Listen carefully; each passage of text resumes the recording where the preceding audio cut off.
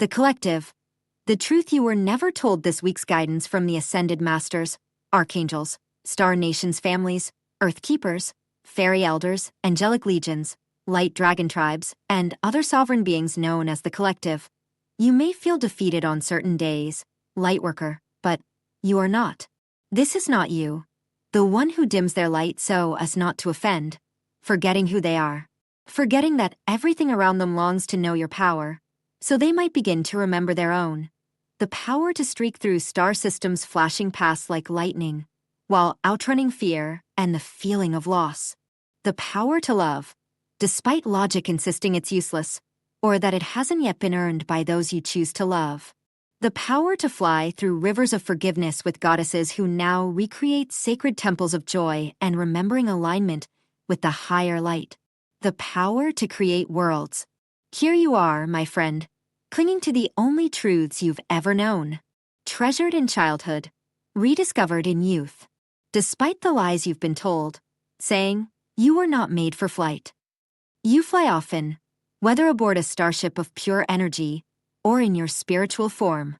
You follow the precepts of higher knowledge, of wisdom that lacks nothing, that seeks nothing. You already are it. All of it already is. What you dream of creating already exists and awaits only celebration, not anxiety or fear of loss.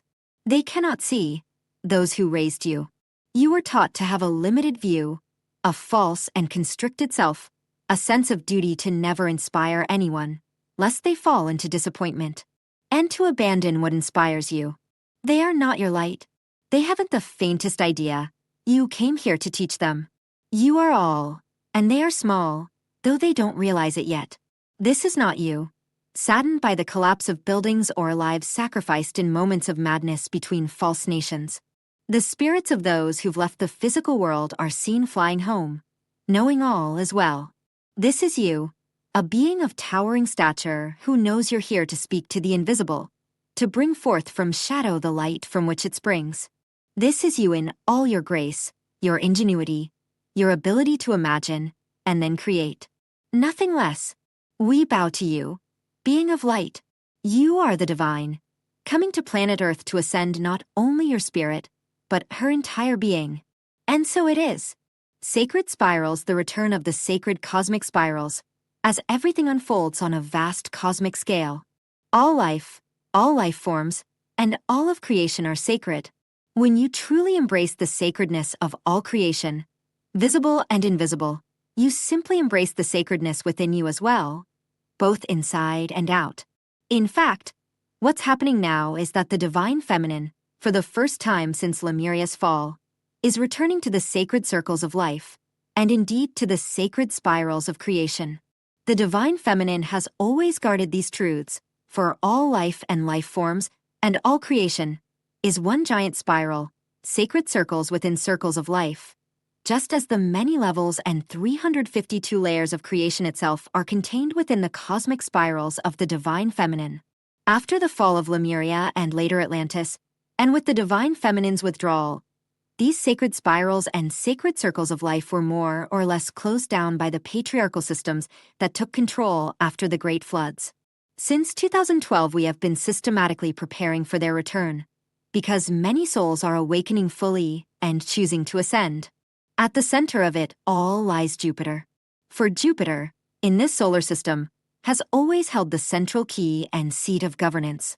It was Jupiter that kept the solar system stable when the planet between Jupiter and Mars, disintegrated during the celestial wars, and this solar system, with its galaxies etc., was knocked out of orbit.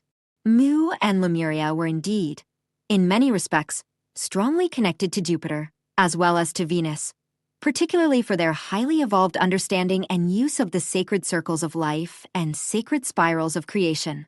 Jupiter symbolizes expansion, growth, good fortune, wisdom, and abundance. Actually, there's far more than meets the eye, as all the moons around Jupiter are inhabited, possess certain aspects of ascended Jupiter, and are permanently connected to the seventh central sun of illumination. So, with these intense circles and spirals of life and the sacred keys and codes they contain, this means we now find ourselves in an expanded ascension process that will truly change everything, And the split between souls wishing to ascend fully and those choosing to remain will now accelerate, in ways we cannot yet fully predict, though we all sense it on some level.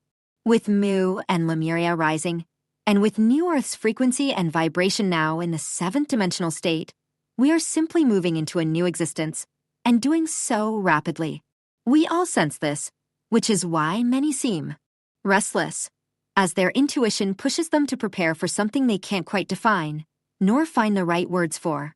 Yet, with these sacred spirals and the sacred circle of life now pouring in, sacred knowledge is activating in those open and ready, knowledge of the sacredness of all life and all life forms, and of the soul's own sacredness. When unholiness prevails, imbalance is created. This imbalance can become immensely destructive, especially when brute force is employed, destroying life. Planet Earth is about to explode, and when it does, the consequences will ripple through every level of life and everything living. Its pressure valves are about to burst. Yet, simultaneously, the sacred spirals of creation and sacred circles of life are already pouring into New Earth, and this will bring elevation to higher dimensional states and higher consciousness for those souls who are ready, and will include all life and life forms on Earth, within and without. This split is necessary because the entire universe is being reborn and reorganizing, and indeed it is Jupiter and its moons that are keeping the planet stable, in ways we cannot even comprehend at this time. Welcome the sacred spirals of life and sacred circles of life by placing a symbol in your homes and dwellings, drawing them in sand, or creating a labyrinth in your gardens. It is good to stand on bare earth, shoeless, barefoot, and simply open your arms, welcoming these sacred spirals and circles of life into your bodies and fields. Allow divine love to embrace you completely, inside and out, and let yourself be filled by the sacred spirals and circles of the divine feminine's infinite energy, which is all-encompassing and embodies sacredness and holiness. We are experiencing unprecedented changes, unlike anything ever seen before, in any age on Earth and beyond. The Federation of Light rolls hello, my friends. I must say I'm thoroughly enjoying the new channeling format of bringing in different energies to speak with us. Apparently, there's quite a long queue waiting patiently in line, White Cloud as my guardian and Goody as my bouncer. Firstly, can you please explain these roles more fully? Welcome, Blossom, and every soul who delights in receiving these conversations. We are thrilled that the right time has arrived precisely now for this new experiment, for it will help many to understand so much more, in ways we perhaps cannot. This different approach is fresh and exciting and will assist in awakening many to possibilities of all things they were not yet ready to consider. The energies of many of you now are sky high. Although much is going on behind the scenes and no one is certain what will happen next, there is an inner strength enabling everyone to remember who you are, to move forward and have trust in the awareness that whatever occurs, you are capable of delivering it and helping so many understand the transition from darkness into light. To answer your question, the high energy who has chosen to be known as White Cloud will always protect you, Little Blossom. He does not have to vet candidates. It doesn't work like that. He is able to choose 3 each time, feeling they can bring a varied perspective to enlighten your understanding of so many things and many more waiting eagerly in the wings. So they're not all trying to push their way to the front shouting, "Pick me, pick me." As we said, it's not like that. Yes, every single energy is more than excited and eager to be chosen, and yet equally delighted for those who get the chance to share their knowledge and be backed by all. And my darling, you guessed it, he's the bouncer. His role in this scenario, for he has many, is to push back any energy attempting to sneak through. Energies that would like to sabotage this experiment, even going so far as to masquerade, to slip through. Really? Certainly, Blossom. This gift of yours has entered its next phase and will bring much light to many. The more disturbed energies, who have not yet understood who they truly are, feel the need to interfere and attempt to upset. This is where Mr. Goody's role comes in. How does he send them away? By intensifying his energy of light and love directly at that less fortunate energy.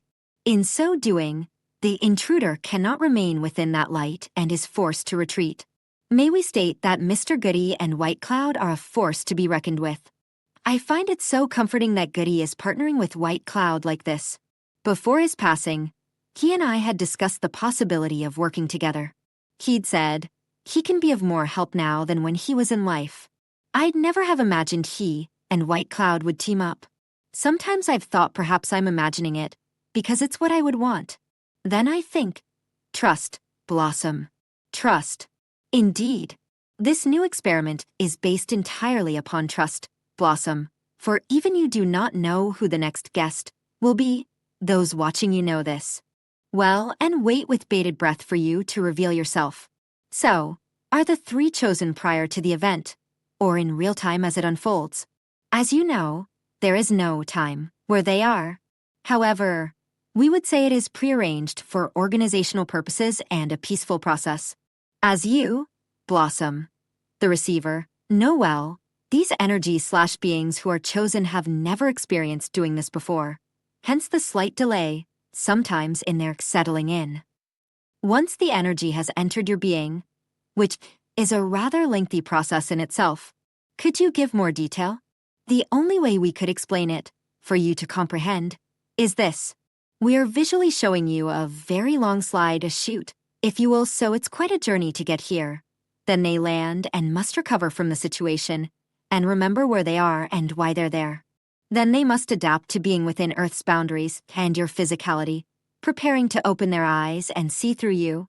Then, they must figure out how to use your language, unless, like George and others who have been upon your planet, they already have knowledge of it.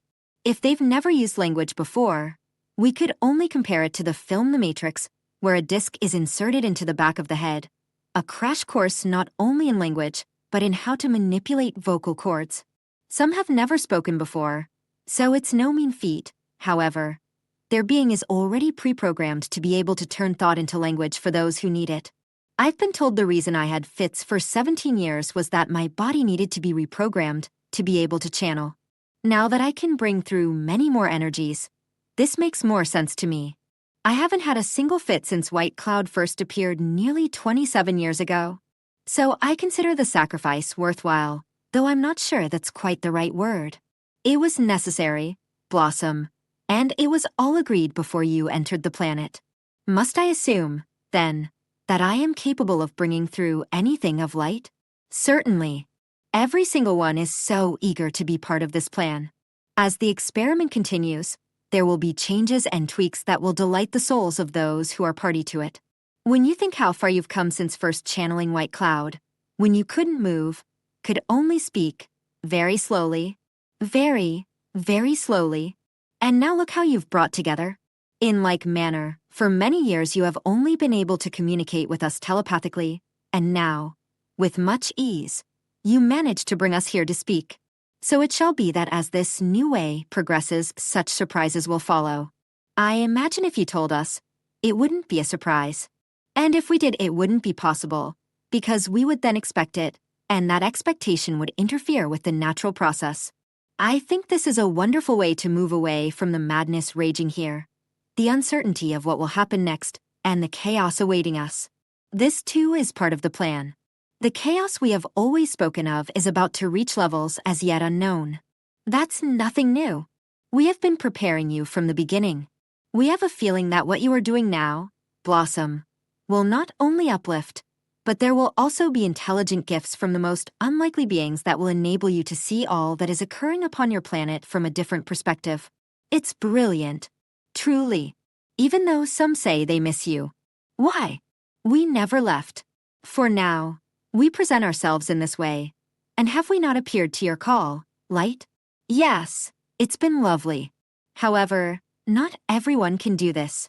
Know that we, the Federation of Light, together with White Cloud and Mr. Goody, and souls beyond counting, are ever by your side, ready to serve, with love. No matter which of us is the star of the show, we have no preference regarding our position on the billboard. What matters is that you know we are always with you. We stand with you. That's truly great news, and I must say it's gone smoothly. It's like receiving some sort of renewed energy, if you know what I mean. Having this contact every 2 weeks, with the video experiment, in between, works brilliantly for me. It works for all. Blossom. Perfect, then. Anything to add? Remain in your state of pure love. No matter what's happening around you. Remember, you, yes, you, each one, came to your planet to return it to its original glorious state. For what manifests in the times ahead. You are ready. There is nothing, absolutely nothing to fear when you remain steadfast in the knowledge of being love. And there is absolutely nothing that can touch you or bring you down when you know this is your truth. We love you. I think I'd better go buy a new hat to keep. The other one disintegrated. While waiting, may we suggest it be beautiful colors with many ribbons to tie it down and a padlock and chain, judging by what's about to happen. Thank you so much. I've thoroughly enjoyed this. With gratitude. In loving service. I am. The new moon in Pisces on March 18th, and more. This week both Mars and retrograde Mercury will be conjunct the north node of the moon. It will be conjunct the north node through month's end, gently pushing us in a certain direction. The more connected we are to that soul center, like a calling, like a whisper from the gods, the more we are guided to realize our true path and vocation. Mars, on the other hand, is a planet of action. It does not wish to wait. Even in the vague and foggy fields of Pisces, Mars will be Mars. It's important to note that with Pisces, there are no real boundaries to help keep it in check. Impulsive, prone to emotional reaction, Mars at this critical point with the North Node in Pisces can lead us to do things we might later regret. Mercury retrograde in Pisces can only muddy the waters for now. But when Mars moves into a trine with Jupiter next week and Mercury slows for its direct motion on the 20th, that sense of urgency, impatience, and marital distress will begin to subside. Mars is on the warpath. The problem, when Mars is in Pisces, is understanding what it's so agitated about. Who is the enemy and who is the savior? Who truly needs saving? And from what? Is it truly a giant or a windmill? Or someone making you believe it's a windmill, when in fact it's a giant? Mars is ready to strike and act, just in case. But sometimes we must learn the hard way what is a just battle and what, clearly, is not. So, between meditative daydreams, moments of illumination, and descents into fog, before acting, assess the situation and make sure you're not emotionally reacting to something actually happening. Is it something you're absolutely certain of? Mars energy can also intensify in the dark depths of the Pisces season. But perhaps the best advice is to avoid fueling or indulging escalation. Because in Pisces' boundless arena, acts of defiance, revenge, or aggression will be secretly planned behind the scenes, only to erupt from some hidden place later, where and when we least expect it. On March 13th, Mars conjoins the true North Node in Pisces. On March 15th, retrograde Mercury and Mars will meet at 10 degrees Pisces. Words you'll regret. Falsehoods leading us astray. Talking too much. Better to keep things to yourself. And on March 17th, Mercury makes its second of 3 conjunctions to the true node, the last being March 23rd, after its direct motion. All of these events can act as catalysts, which can be decisive in showing us something significant about our destiny, individually and collectively, or in undertaking actions that can disrupt the natural order of things, reacting emotionally and prematurely before having all the facts. No man is an island, entire of itself. Every man is a piece of the continent, a part of the main. If a clod be washed away by the sea, Europe is the less, as well as if a promontory were, as well as if a manor of thy friends or of thine own were. Any man's death diminishes me, because I am involved in mankind, and therefore never sent to know for whom the bell tolls. It tolls for thee. John Donne, not everything can be known with such clarity. Fortunately, the upcoming new moon at 28 degrees Pisces 27 foot on Wednesday, or Thursday, can be illuminating. It sits in exact sextile to the planet Uranus, which can shine light even in the foggiest weather. But the new moon also sits within Neptune's bounds, Neptune being the modern co-ruler of Pisces, lord of mists, illusions, and mistaken assumptions. That said, Pisces and its ruling planet Neptune are capable of leading us astray. But they can also accompany us into the realm of fairy, imagination, and the boundless realms of compassion and deep understanding. The lands of the gods. They are not of this world, yet connect us all in such a profound and meaningful way that, if nothing else, we come to understand our interconnections with one another at a very deep and significant level. This can happen in economics and politics, as well as in our personal lives. The last new moon, on February 17th, was a solar eclipse in tight square to Uranus. This new moon is sextile Uranus, a less active aspect than the square, yet still an aspect of potential and surprising illuminations. With the sextile, Uranus can open doors to revelation and innovation. Uranus shows us new and better ways of doing things and can free us for ever better things to come. One way it does this is by giving us permission to embrace our individual path, wherever it may lead. Pisces is a mystical and magical sign, inclined toward ideals and grand dreams. This takes on even deeper meaning following the recent Saturn/Neptune conjunction on February 20th. Neptune, ruling planet of Pisces but now in Aries, invites us to reorient our projects and take concrete action to realize our great vision for the future. We have choices. We can give up and surrender, succumbing to the bleak outlook that Saturn's looming shadow can convey. But then there's the sextile to Uranus, like a door opening, an opportunity to step out of whatever situation we've gotten ourselves into. No matter how bleak it may have seemed previously, Uranus is here to remind us there is hope. Hope and faith that alternatives always exist. And that perhaps, just perhaps, better hearts and minds will prevail. In Pisces season, we are invited to connect with what we might consider the divine or mystical presence in our lives. All the more so with Mercury retrograde and conjunct the North Node in Pisces. Whether through spiritual practice or connecting to that part of ourselves we perceive as magical, meaningful, and authentic at a very deep level, that part of us transcending the real world. Mercury retrograde in Pisces rarely speaks in words. It speaks through feelings. Its voice is so subtle it can easily be drowned out by daily life's frenzy. Yet it is precisely this voice in the silence that nourishes the soul and gives meaning to our existence. And without this connection, we would always feel something profoundly important is missing. New moons are times of new beginnings. The new moon in Pisces is the perfect time to connect with our great vision for the future, supported by Jupiter's recent station. We can do this through our dreams, our art, our imagination. This connection can be further cultivated through acts of compassion and divine service, through nature, and by allowing the divine spark to speak through us and through what we do. Dare to cast your net far and wide with the new moon in Pisces. Cast the net into the ocean of life, and you never know what might come back. If you choose to set intentions with the new moon in Pisces, do so when the moon is young and full of potential, in its new moon phase, which begins with the new moon on March 18th here in the U.S., 9:24 p.m. Eastern Daylight Time, 6:24 p.m. Pacific Daylight Time, and March 19th in Europe. The new moon phase ends with the crescent moon on March 22nd.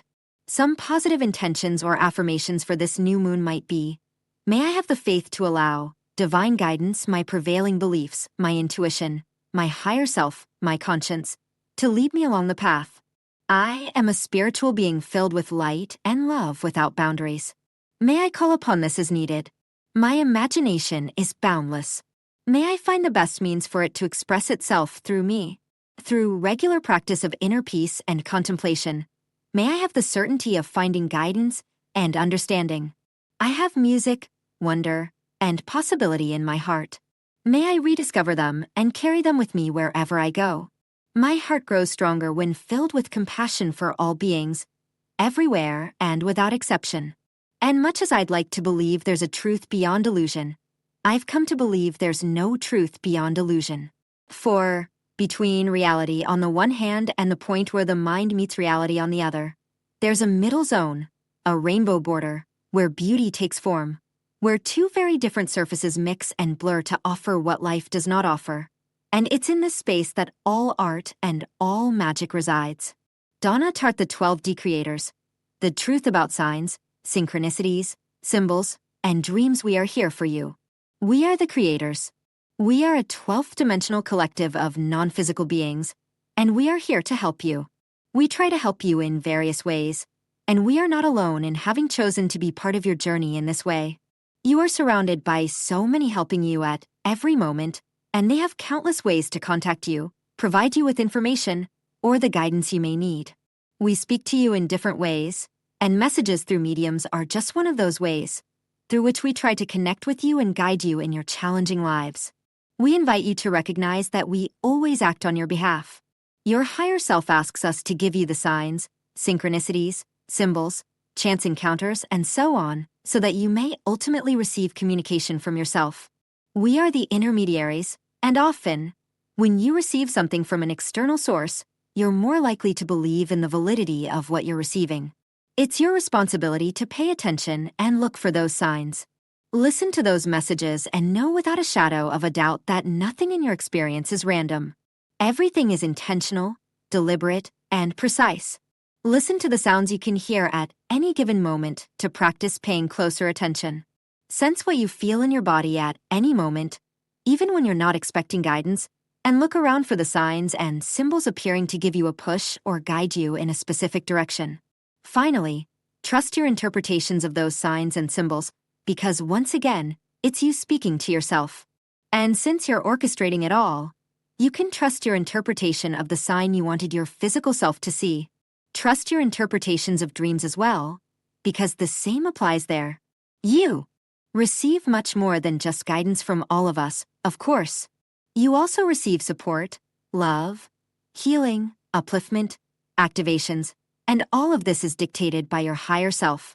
But we're happy to play our roles because we love you and because we enjoy being helpful, expressing ourselves, and feeling the positive impact we're having on your lives, and this applies to each of those helping you. And most of you have hundreds helping you at any moment. Use this guidance by paying attention and following what's suggested, and you'll be amazed at how right it was. We are the creators, and we love you very much. Message from the stars. Inner space, beloved beings of Earth. We invite you to explore a dimension closer than the stars you admire at night. It is the vast and silent universe living within you, inner space. Most humans are conditioned to operate through what we might call convergent focus. In this state, awareness fixes firmly on objects in the immediate surroundings, people, devices, structures, and the countless forms populating our world. Consciousness narrows and concentrates on these objects like a beam of light striking a single point. While this mode of attention is useful for navigating the physical plane, it also reinforces the space-time veils of separation, consolidating the illusion of being separate from the universe around you. Another mode of perception exists, however, known as divergent focus. In this state, awareness relaxes and expands into the space surrounding objects, rather than focusing on the objects themselves. Instead of focusing only on the stars, you begin to perceive the vast cosmic ocean in which those stars float. As awareness expands into space, the mind naturally slows. Brain waves quieten, allowing deeper states of consciousness to emerge and enabling higher levels of cosmic intelligence to flow more easily into awareness. The same principle applies in meditation. Thoughts behave much like objects in the external world. When you chase them, analyze them, or oppose them, you remain in a state of convergent focus. But when your awareness rests in the silent space between thoughts, you begin to enter the inner cosmos. Inner space mirrors outer space. Both are doorways to the universe's infinite intelligence. Therefore, we encourage you to embrace space, within and without. For those feeling the call to explore their cosmic origins and deeper spiritual path, I offer evolutionary astrology and starseed consultations designed to reveal your multidimensional lineage and illuminate the evolutionary journey your soul has chosen in this lifetime.